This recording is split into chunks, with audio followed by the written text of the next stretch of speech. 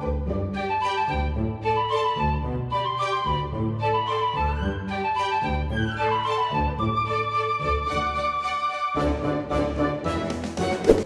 was asked if I would be purchasing the newly rebranded Thomas Wooden Railway Neo items in my Q&A video. I responded by saying that Rosie, Nia, and Rebecca will be picked up. I was able to buy them, and I'm really grateful to my uncle for that, so shout out to him. I know I'm a little late to the party. I'll do my best to avoid sounding exactly like the other fans who have reviewed some of these products, while also attempting to make this review both fun and educational. I'm going to be honest with you, I never thought this day would come. Considering the decline and fall of Thomas Wooden Railway in 2017, you can imagine how shocked fans were to hear that TWR was going to make a comeback. It felt like a dream because, let's be honest, for the longest time, I thought we were never going to relive the same enjoyment we had back with the Wooden Railway. Enough of me rambling, let us dive into the review. And if it wasn't obvious with the title of this video, I'll be reviewing Rosie. The package is beyond genius. It looks very professional and gives you the impression that you own a special collector's item. Rosie is clearly on the side and the box just slides open. It gives off a high-end aesthetic. And yes, I am calling a Thomas toy a high-end aesthetic. It just looks that professional. Before, Wooden Railway items used to come with like plastic bubble wraps and blisters, but now it seems as though they are using a more green approach by using more cardboard. So well done to Mattel for considering the environment. Rosie needs no introductions, but in case for a person who's been living under a rock for the past decade, Rosie was introduced in the season 10 episode Thomas and the Birthday Mail, where she supports a lilac livery. The lilac livery would stay for the next couple of years until 2017, where they bring her back in the cherry red livery for season 21, the fastest red engine on Sodor. Out of the box, I can already just say that this is what Thomas Wood Rosie should have been. There are a good amount of wood used here, and it feels like they use quality products. Once again, the fact that Mattel was 5 years late is funny to me. Now Rosie didn't go through very major changes unlike some of the other characters from the range, such as Percy, Gordon, or James. She appears to be very closely resemble her old Wooden Railway counterpart. More on that later. Something that I don't see many people bring up in their reviews is the gradient light coming from her cab. This is, I believe, meant to represent her firebox lighting up, which I think is a nice little touch. I say believe since Nia's, for some reason, is purple, probably done for aesthetic purposes. Rosie is presented with rivet detailing, something that the original Thomas Wooden Railway didn't really do to my knowledge. It's a welcoming addition to the new design, so I am all for it. I believe the blush is a lot more subtle than it was on the packaging. They could have just removed the blush altogether as she doesn't have it anymore in the show, but I digress, she still looks lovely either way.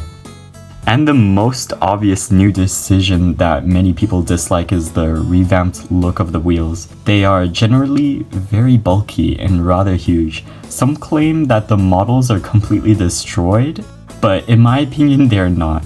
They don't really bother me, and I believe that they complement the model's overall design. The wheels printing matches that of the body and the rest of the engine. They simply have an odd appearance due to their size and admittedly looking like a monster truck. However, we are talking about a downfall of Rosie's wheels specifically. I would just like to get across I do not like the bright red wheels, but that's just a matter of my taste. They fight so bitterly in toy form. All cherry Rosie is what I greatly prefer. Although inaccurate, it appears better. The coal bunker does not have any coal molding or printing, which is sort of understandable as her bunker is very thin compared to a tank engine model like Thomas or Nia. I have little to no issues with this model, although it would have been nice if they added her lamp that she is presented with in this series, but that's just a nitpick. The face design is another significant issue that seems to be bothering fans. Although they have an all engines go style vibe, and they do admittedly look more cartoonish, to add on to that, there's a higher chance that the decals on the face may fade off over time in the newer toys. I believe Mattel made a wise decision. To start, they are providing the model's distinctive expressions, which is something that the majority of fans have desired. It offers Mattel the opportunity to develop numerous unique expressions for the same engine. Additionally, it significantly cuts expenses compared to modeling a 3D face. If saving a little money helps them put this much detail into their items, I am all for it and see no problem whatsoever.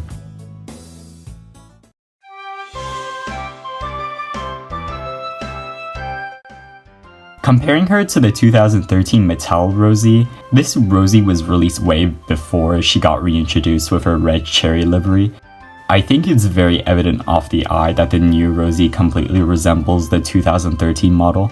They're pretty much the same shape-wise, except the domes are in different sizes.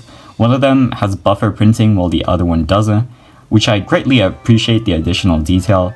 They could have just not added it, but they did. Both faces are great and are able to capture Rosie's sweet-natured smile from the show, one being more 2D while the other being more 3D, obviously. The newer Rosie definitely appears to be showing a more expressive face, just like the rest of the 2022 range.